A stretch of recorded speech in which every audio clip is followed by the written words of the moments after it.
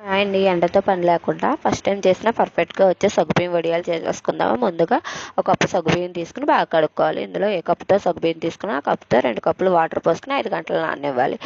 ఒక బౌల్లో 4 కప్పులు వాటర్ తీసుకుని గ్యాస్ ఆన్ చేసి మరగబెట్టుకోవాలి. మొత్తం మనం 6 కప్పులు వాటర్ తీసుకున్నాము.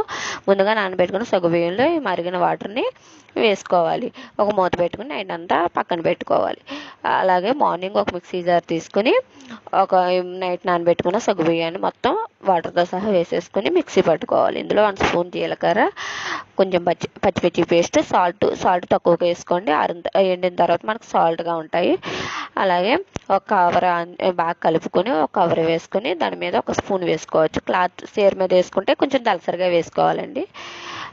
ఆరిన తర్వాత తీసుకొని ఒక ఎయిర్ టైట్ బాక్స్లో స్టోర్ చేసుకోవాలి. వడియాలు అయితే సూపర్గా వచ్చాయండి, టేస్ట్ కూడా బాగున్నాయి. మా వీడియోస్ నచ్చితే లైక్ చేయండి, షేర్ చేయండి, సబ్స్క్రైబ్ చేసి మరిన్ని వీడియోస్ కోసం మాకు కామెంట్ చేయండి.